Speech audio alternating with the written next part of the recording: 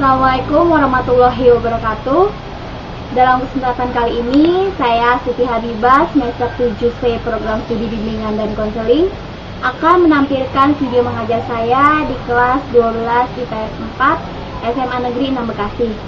Dalam video mengajar ini, materi yang akan saya sampaikan kepada siswa 12 IPS 4 adalah mengenai ISQ mendasari perencanaan masa depan. Tujuan dari materi ini adalah agar siswa dapat memiliki ketakwaan sesuai dengan ajaran agama yang dianutnya. Yang kedua adalah agar siswa dapat memiliki dasar humaniora untuk menerapkan kebersamaan dalam kehidupan. Untuk lebih jelasnya lagi, mari kita saksikan video berikut ini. Selamat menyaksikan.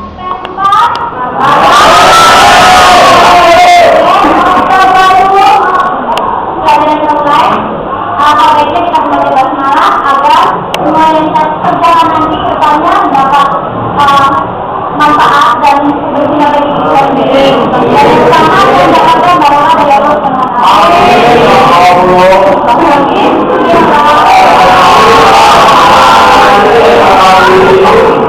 Hari ini siapa yang dibahagia teman kalian?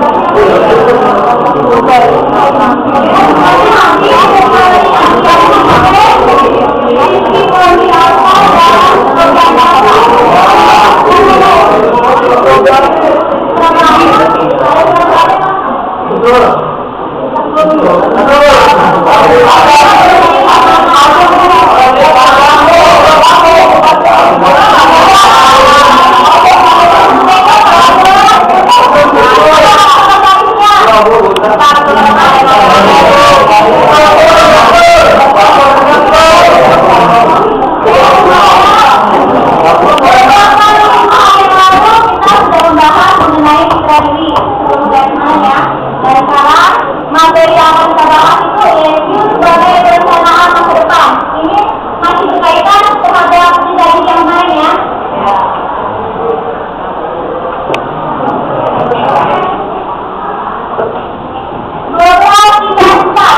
Siapa yang bertanya ingin menjadi orang tua?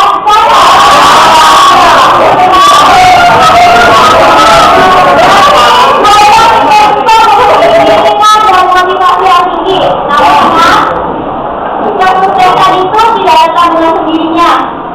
Jika ingin menjadi orang sukses, tapi kita harus memiliki kemandirian dalam diri kita sendiri.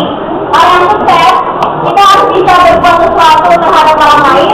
Dengan kata lain, orang sukses itu berguna bagi dirinya sendiri dan orang lain. Dan orang sukses seperti itu harus bermanfaat bagi dirinya sendiri dan orang lain. Di sini kesuksesan individu dapat diperoleh pada bidang akademis, sosial, atau karir. Yang pertama, kesuksesan akademis merupakan keberhasilan individu pada bidang akademis. Artinya, sebentar ya.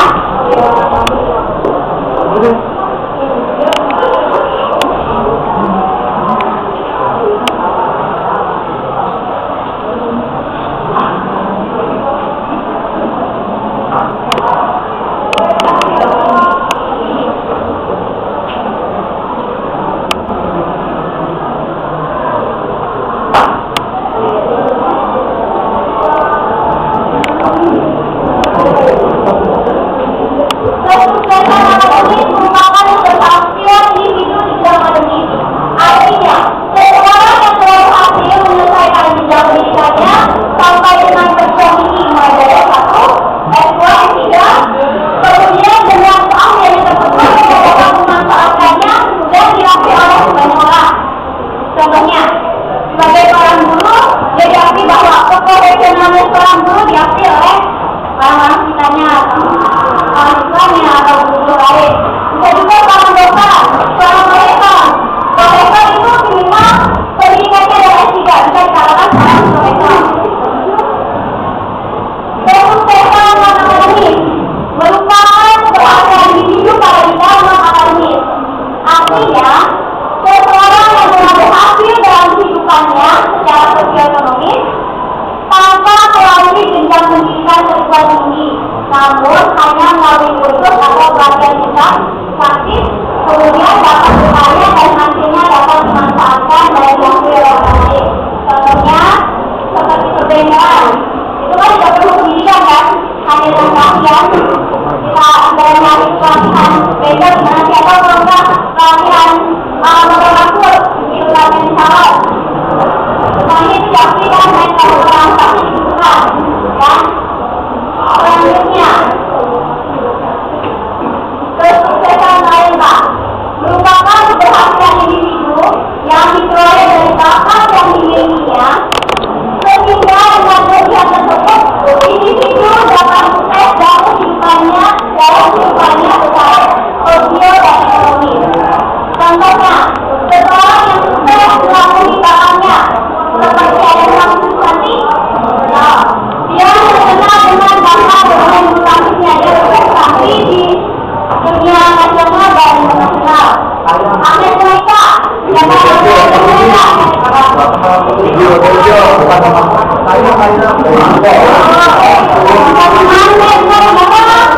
dia sukses dengan bakat yang dimilikinya dalam menyanyi. Dia juga go internasional. Yang keempat, kesuksesan pengalaman merupakan keberhasilan individu yang diperoleh melalui pengalaman hidupnya yang kemudian diterapkan untuk meningkatkan taraf kehidupan secara sosial-ekonomi. Contohnya, ada yang tahu oleh Parti? Tahu.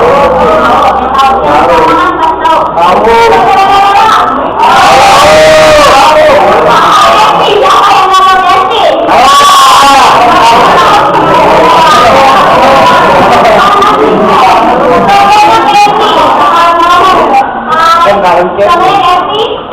Dia melalui pengalaman yang cukup panjang mulai dari ada kali dia ambil ribu-ribu yang mengulangi resep keju hanya cuma ayam goreng dengan crispy, bahkan cuma ayam punggung kan, ayam goreng crispy, dan rasanya cuma rasa pedas sama original. Itu dia perlu berpuluh-puluh kali dia menciptakan resep seperti itu sampai sekarang diakui di banyak negara. Siapa sih?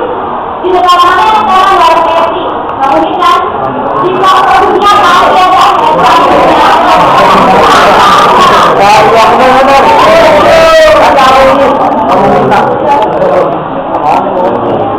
Dari semuanya ini, mulai dari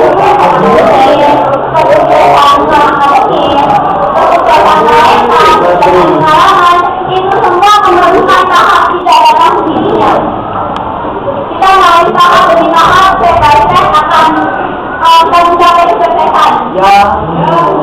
Oke, pertama.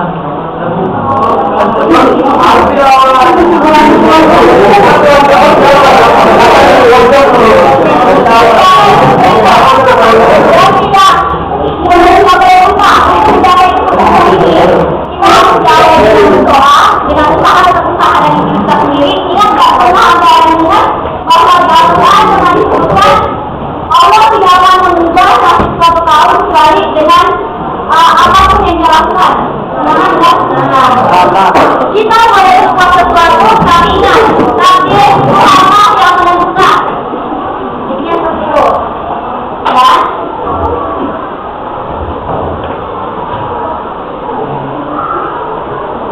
Lanjut dimensi IQ, EQ, dan SQ pada satu garis orbit khusus.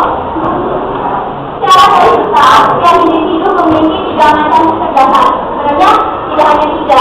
Menurut seorang ahli psikologi, itu kecerdasan setiap individu itu banyak. Bisa dibilang multi talented. Dan di sini mungkin yang dari itu hanya saja ya, itu kecerdasan intelektual, kecerdasan emosi, dan kecerdasan spiritual. Kita akan memperdalam ini saja. Yang pertama, kecerdasan intelektual, yaitu kemampuan individu untuk berpikir dan bertindak secara terarah, serta mengelola dan menguasai lingkungan secara efektif dengan menggunakan logika atau rasio. Satu kecerdasan intelijensi disebut IQ. Waktu itu pernah ikut tes IQ kan? Dan untuk contohnya, tes minat bakat ini merupakan estimasi. Jadi kita tahu bagaimana emosi kita, apakah kita sebagai seorang dokter, ada emosi kita yang ibaratnya agama mata, nilai kurang kemungkinan. Jadi kita bisa memahami diri kita dengan hasil tes ini. Artinya kok dapat dari tes minat bakat, mungkin hasilnya seperti ini. Di sini yang kedua, kecerdasan emosi, yaitu kemampuan untuk memotivasi diri dan berusaha menghadapi frustasi, mengendalikan dorongan hati dan bisa melebih-lebihkan kesenangan masuk suasana hati dan menjaga agar tidak stres. Kelas bebas tapi kalau stres, dia memikirkan depannya saya dari sini, memikirkan berapa hal dan nanti itu sekarang saya dari itu tidak lagi satu berapa lain berapa punya.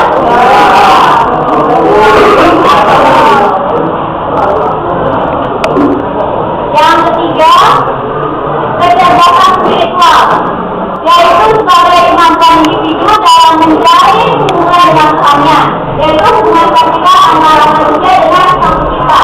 Itu kalau kita bicara tentang doa dan orang itu. Di sini kecerdasan emosi atau IQ berbeda dengan kecerdasan IQ.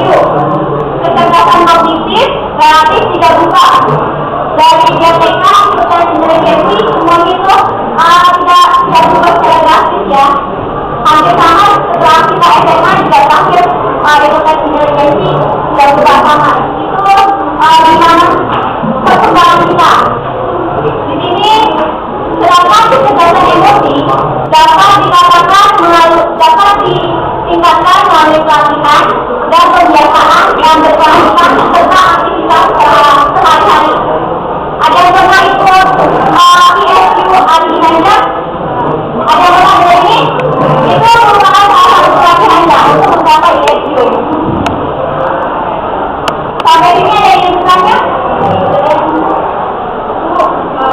Antara IQ, EQ dan IQ, manakah yang paling berat?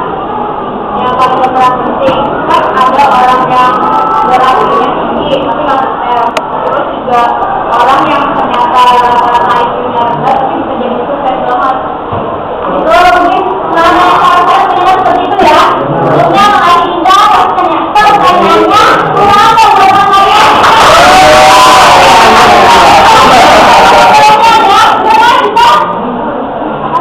Jawabannya,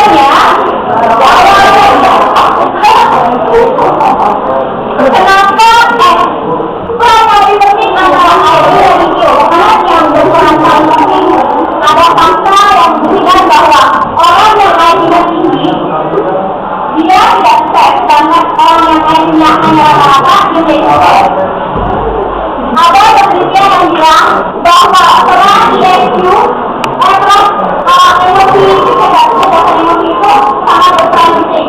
IQ hanyalah salah satu tolak ukur untuk mencapai keberhasilan. Namun kembali lagi kita kembali dengan bagaimana kita bisa memanage emosi kita. Seperti contohnya ini. Kita langsung nyambil sini ya. IQ merupakan sebuah mekanisme sistem untuk memanage tiga dimensi. IQ, EQ, dan SQ dalam satu kesatuan yang integral. Keintegralan tersebut akan menghasilkan energi yang dahsyat, yaitu spirit kehidupan. Suatu spirit kehidupan dalam orbit atau musklak, yaitu titik Tuhan. Orbit musklak adalah sebuah titik di dalam otak kita manusia yang mengandungkan intinya berupa gelombang, getaran ketika seseorang berbicara dan beraktivitas yang menyangkut agama atau topik spiritual. Dari bentuk ini, kita mampu menghubungkan antara otak yaitu intelijensi, logika pemikiran, dan kolbu. Kolbu itu adalah hati kita yang tidak pernah bohong. Kolbu itu adalah sesuatu yang bisa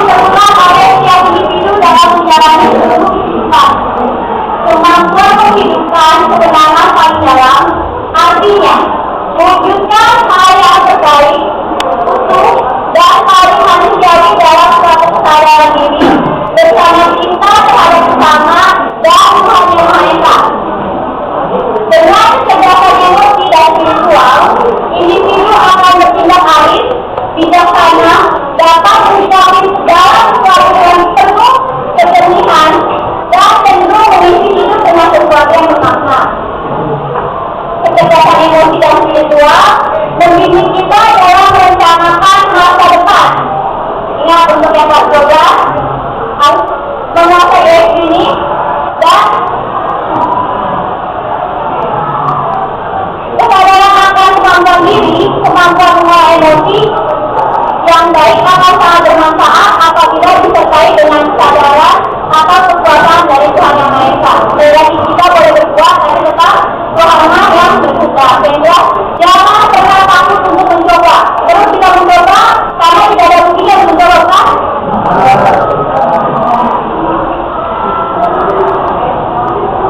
Di sini saya mengajukan 7 tidak mencapai kesuksesan. Tadi dalam pertemuan saya menanyakan kelas 12 kita bisa siapa yang bisa sukses. Kalau semua yang bisa sukses kan? Semua ada satu orang tuanya. Di sini ada 7 tidak mencapai kesuksesan. Yang pertama jujur. Kalau punya aja yang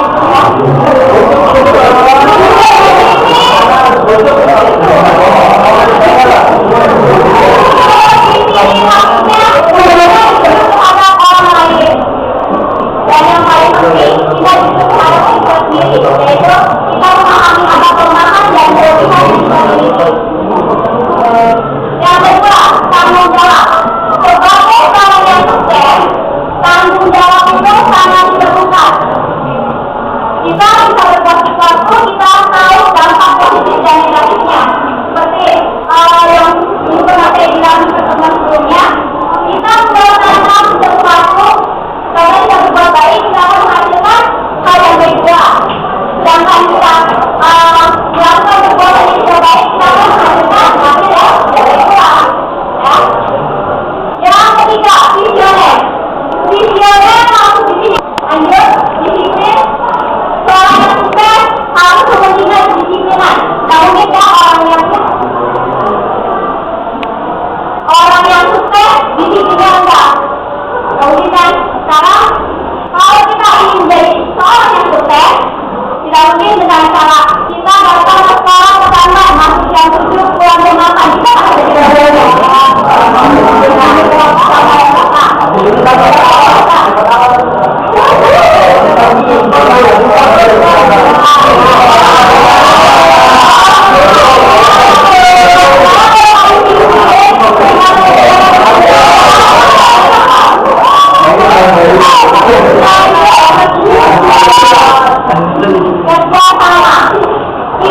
diciptakan sebagai makhluk sosial yang tidak lagi kita akan membutuhkan bantuan dari orang lain. Mulai dari kita masih kecil, kita membutuhkan pertolongan dari kita. Sampai nanti kita mati pun, kita dihukum di lapangan, kita masih membutuhkan dari orang tua. Tidak mungkin kan kita dari itu yang apa-apa berdoa-doa mengumpul sendiri.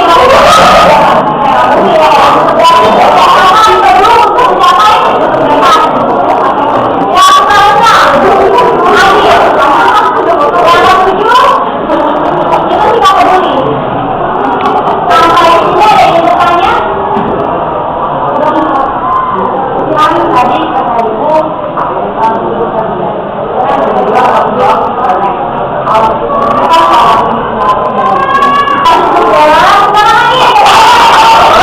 Demikianlah setelah kita saksikan video mengenai ESQ mendasari perencanaan masa depan. Semoga video ini dapat bermanfaat untuk kita semua, terutama para calon guru yang nantinya akan menjadi seorang guru yang profesional. Kurang lebihnya saya mohon maaf dan saya ucapkan terima kasih banyak. Wabillahi taufiq wal hidayah. Wassalamualaikum warahmatullahi wabarakatuh.